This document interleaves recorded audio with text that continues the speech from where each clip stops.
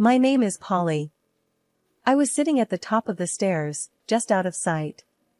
I could hear them in the kitchen, their voices all tangled up like a bunch of knotted shoelaces. Mom and Frank, the guy who swooped into our lives like some kind of low-rent Superman, minus the cape and all the good stuff.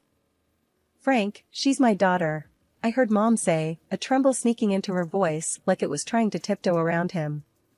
Look, Sheila, I didn't sign up for this, you know? It's bad enough I gotta deal with this place being a mess and you're cooking. He grumbled so loudly, I could hear his words clear as day.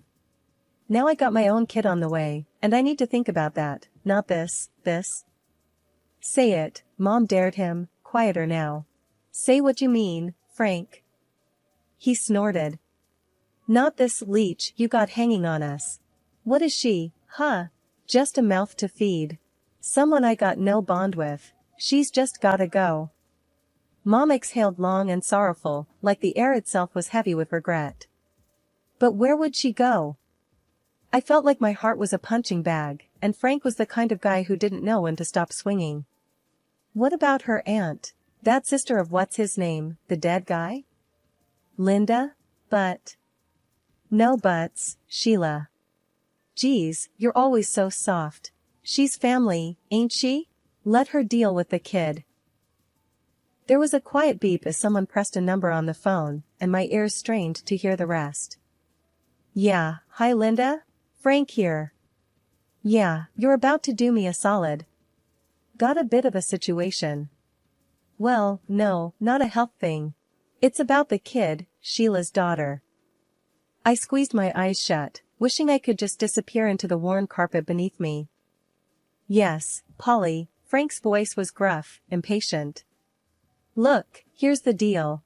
She's coming to live with you. What? Nah, don't worry about it. She's practically invisible anyway. Won't even know she's there. I heard Mom's shuffling feet, like she was pacing or fidgeting, probably wringing her hands the way she did when she was torn up about something. Linda, it's Sheila. Yes, I know. We're in a tight spot. I can't, with the baby coming. The next voice, Aunt Linda's, cut through the line, sharp and cold like the knives she used to make her overcooked roasts. Fine. I'll take her. But I'm not running a charity here, Sheila. You better keep sending checks. I could almost see Mom wincing, even from where I sat. It stung, knowing the rest of my things in that duffel bag weren't half as important as those checks to Aunt Linda. Footsteps hammered towards the stairs, and I scampered up and into my room, heartbeat thundering so hard in my chest it nearly drowned out the sounds of the looming goodbye. Mom knocked softly, as if the force of her own hand could shatter me. Honey, she started, pushing the door open, her face all twisted in a way that let you know that I'm sorry was coming before a word left her lips. You're gonna stay with Aunt Linda for a bit. I stood there, my arms tight around that duffel bag, like it was the only thing I had left in the whole sorry world. Because, maybe, it was. With a glance back at the room that had been mine, I stepped out into the dim hallway, Mom trailing behind me like a shadow I wished I could shake. I didn't even turn to look at her as I walked out the front door. It was easier that way. Standing on the porch, Aunt Linda looked me up and down as I clutched my duffel bag, each second stretching out like hours. So you're here, Polly, she finally spoke, the words flat and hard. Hi, Aunt Linda. I managed to mutter, trying to keep my voice steady. Don't just stand there, bring your stuff in. But remember, I run a tight ship. You'll follow my rules under my roof, she said, turning on her heel and heading inside. I followed her into the house, which had the warmth of an ice cube. Rule 1, no shoes in the house. Park 'em by the door. And don't you dare drag in any dirt. I keep a clean home. I nodded, slipping off my sneakers and leaving them neatly by the entrance.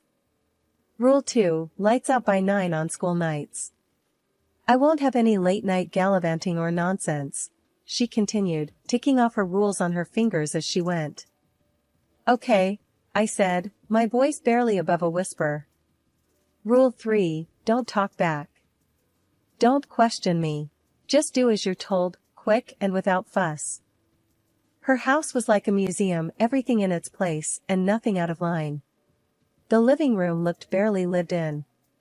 Plastic covers clung to the sofas, and I'd bet my last dollar they'd never been sat on. Aunt Linda caught my gaze and snapped, "Those are for protection, not for sitting. God help you if I catch a crease in them." I just nodded again, trying to take it all in. A few days in and it felt like I was walking on eggshells that were rigged to explode. I spent my time trying to be invisible, hoping that'd save me from her sharp tongue. One day, I slipped up. I spilled a bit of milk on the counter. Quick as I could, I wiped it up, but not quick enough. "What's this, a puddle?" Aunt Linda had appeared like a whisper, and her voice was like thunder. "Wasting food and making a mess." "I got it, Aunt Linda. It's clean now." I showed her the rag, trying to prove it was just a small spill. "You think sorry and a rag fixes everything? You think I have the time and money to waste on your clumsiness?" "No, I started, but she cut me off with a wave of her hand. Like I needed more problems. "Your mom sends you here like I got nothing better to do," she grumbled. "Even your own mom didn't want you, so why should I?" Her words hit me square in the chest. I stood there, jaw tight, swallowing the hurt because crying wouldn't change a thing. I knew arguing would only make it worse. The rules were clear, and Aunt Linda was the kind who never bent them. Not for anyone. "Sorry, won't happen again," was all I could get out. "You're right, it won't. Because if something like this happens again, we're gonna have a bigger problem, you hear me?" Loud and clear, I answered. My voice sounded small, even to my own ears. Dinner was a silent affair. Aunt Linda liked eating without the sound of anyone else's breathing, it seemed. I tried to chew quietly, making every move deliberate, wishing I could just disappear into my room already. Days bled into weeks and weeks into months, each as unremarkable as the last, until one afternoon. I was sitting on the carpet in my room, the one with the faded wallpaper peeling at the corners. My room at Aunt Linda's was just another box in the stack. Nothing like my old one back at Mom's. With Aunt Linda at the grocery store, I grabbed the cordless phone from its cradle in the living room. My heart was racing as I punched in Mom's number, a sequence I still knew by heart. Years of dialing it for takeout or when there was a spider too big for me to handle alone. The phone rang and rang. On the fourth, she picked up. "Yeah? Mom, it's me, Polly," I blurted out before my courage could fail. There was a pause, a breath, a sigh. "What do you want?" I miss you, Don't." She cut in, her voice icy. "Don't ever call here again." The line clicked dead. I stood there, phone in hand, her words a new weight in the pit of my stomach. It wasn't just the rejection that stung, it was the finality of it. "I hope that was important." Aunt Linda's voice came from behind me like a winter's draft. I turned, startled, the phone slipping slightly from my grasp. "I just wanted to talk to her," I said, my voice failing to hide the quiver. She snatched the phone from my hand, her eyes narrow slits. "You think these calls are free?"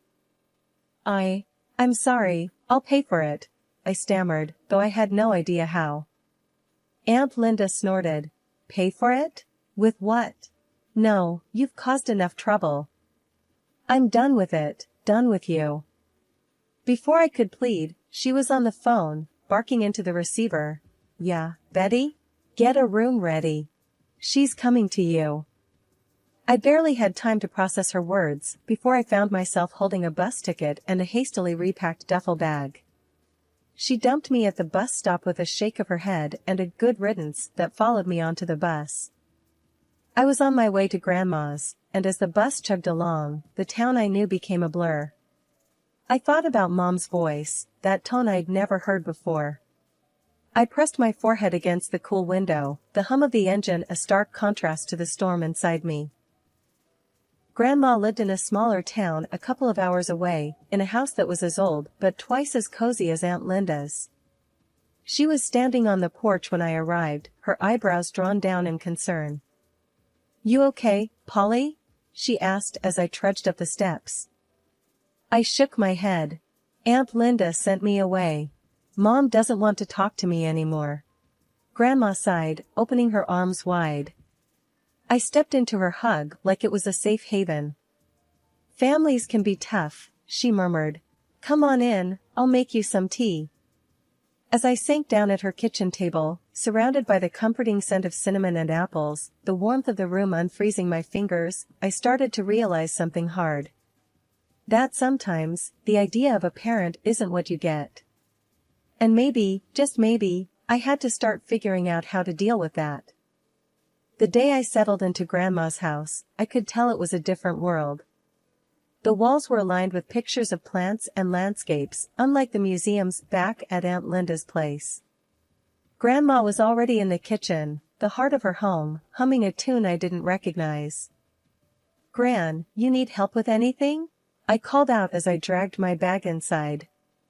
Without missing a beat in her humming, she replied, "Nah, just park yourself at the table. Gonna fix us some grub."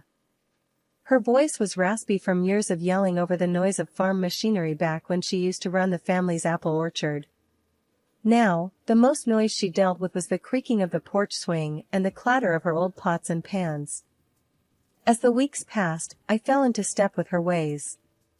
Wake up before the sun, help with breakfast, then off to school. After school, help around the house, dinner, homework, and bed. No frills, no drama.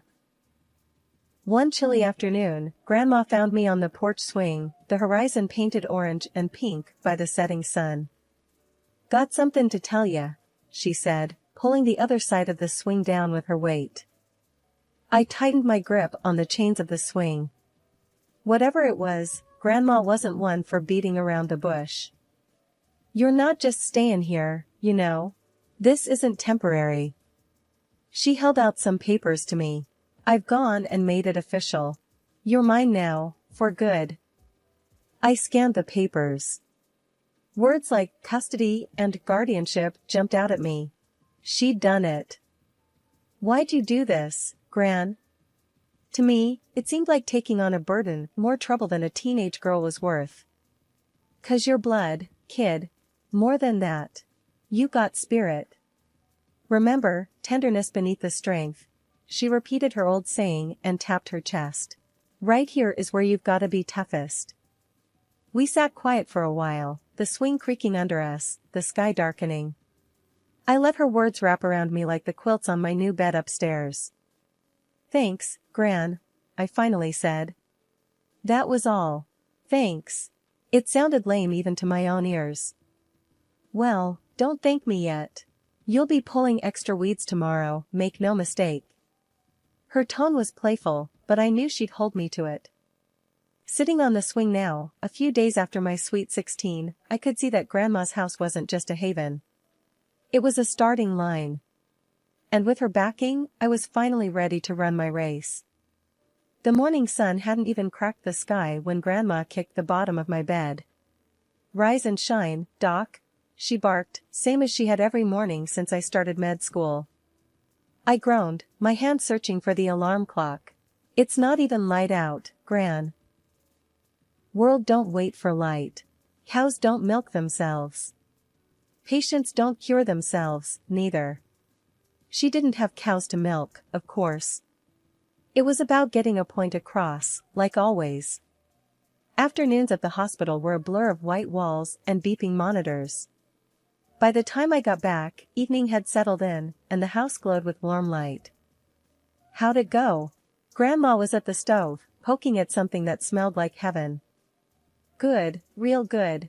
I washed my hands at the kitchen sink, watching her move around the kitchen. "Dr. Klein let me lead a minor procedure." She raised her eyebrows, a spoon still in her hand dripping some sauce. "Is that right? And how'd that feel?" "Scary as hell," I admitted. "But I did it, and it went well." "That's 'cause you're made of tough stuff." She plated the food and set it on the small kitchen table. "Earned your stripes today, huh?" "Feels like it," I agreed, diving into dinner. Afterward, we sat on the porch, me with a textbook, her with her knitting. The night was quiet, the only sound the crickets and the occasional turn of a page or click of needles. "Thinkin' of Ted?" she asked out of the blue.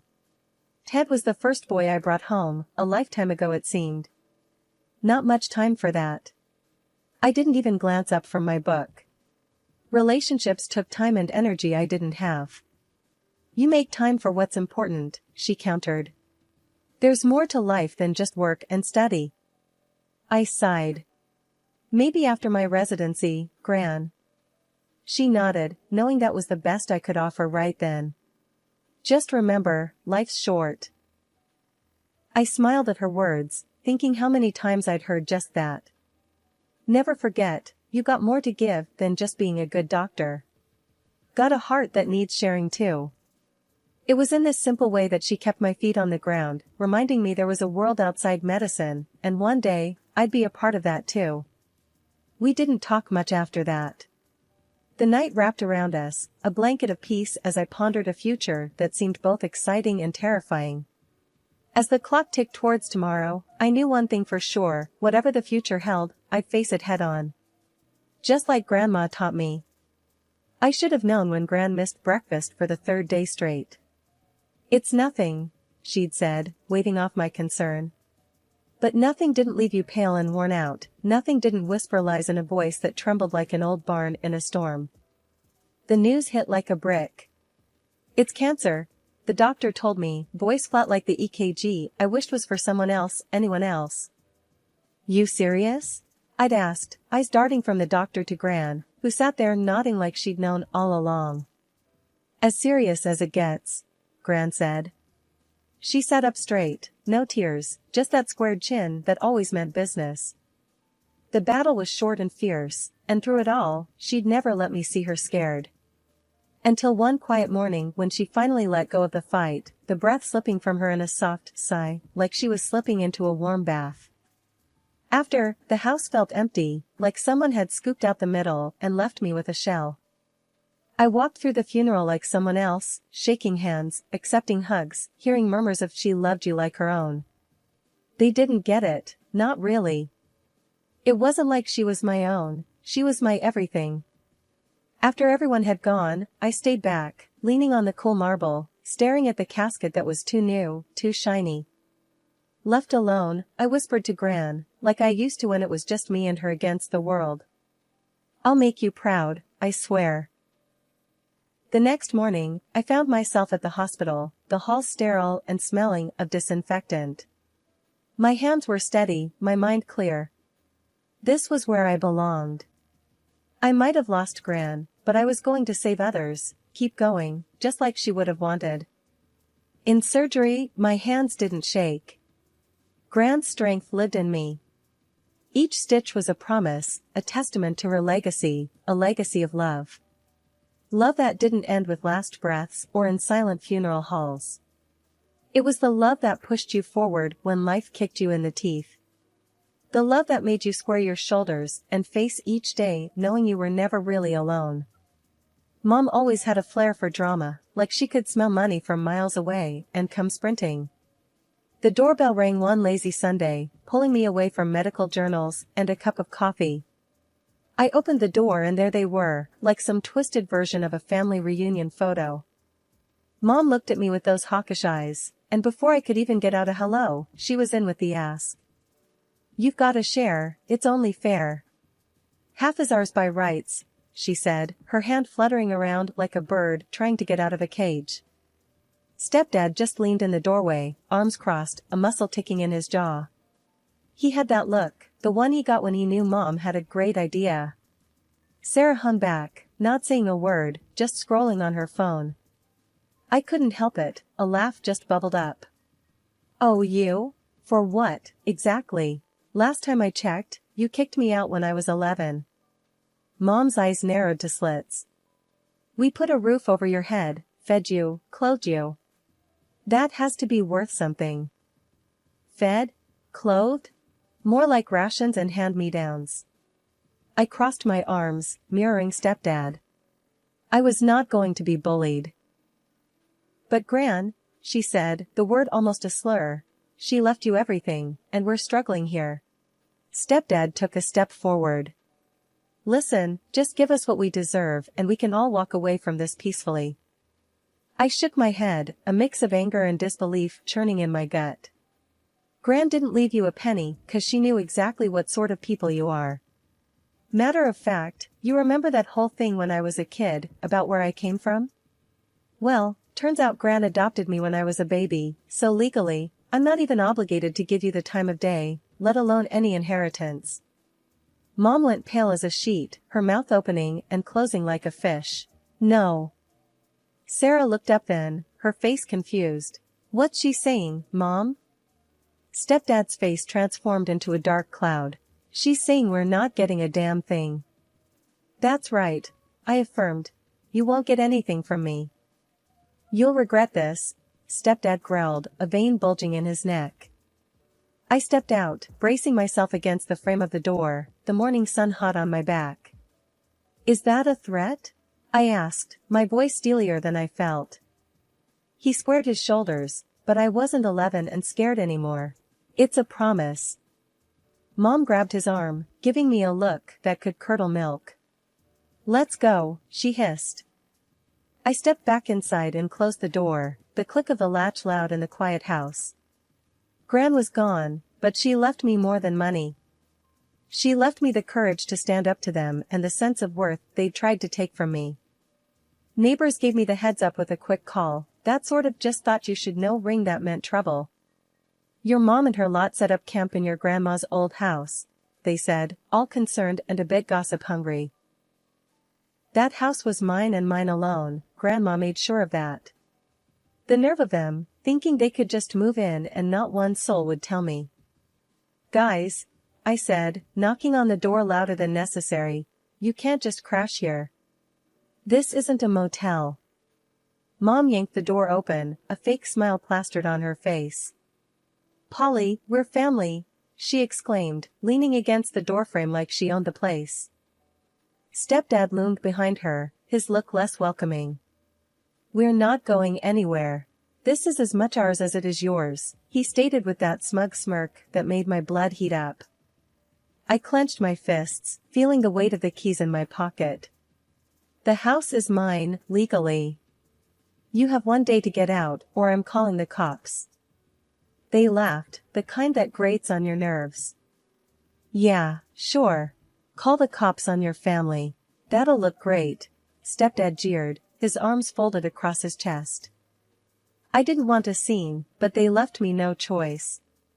The next morning, they were still there, lounging around as if they owned the place. That's when I made the call. When the cops rolled up, I could almost taste the sour change in the air. I stood by, arms crossed, watching through the living room window. Ma'am, sir, you need to leave the premises. Now, one officer said firmly, his hand resting near his belt.